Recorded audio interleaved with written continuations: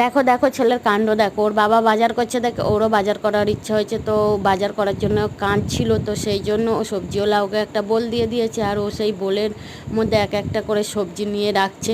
তো তার মধ্যে আমি ভিডিও করে নিচ্ছি, আর কারণ বাজারঘাট করি না আমি, ওর বাবাই করে। তো যাই হোক, একদিক থেকে আমার একটা চিন্তা দূর হলো, কারণ ওর বাবা যখন বাজার করবে না তখন ও বড় হয়ে আমাকে বাজার করে এনে দেবে। তো দেখি বড় হলে ও এই দায়িত্বটা কত দূর পালন করে। তো যাই হোক, দেখো এটা দেখে ভালো লাগছে। আর ওর ঢ্যাঁড়স তুলতে তুলতে ওর হাতে কাঁটা ফুটে গিয়েছে, সেই জন্য হাত চুলকাচ্ছে দেখো সবাই। আর দেখো কত কি বাজার করেছে ও, প্রথমে করেছে ঝিঙে, তারপরে টমেটো, তারপর ঢ্যাঁড়স, এখন নিচ্ছে কাঁকরেল।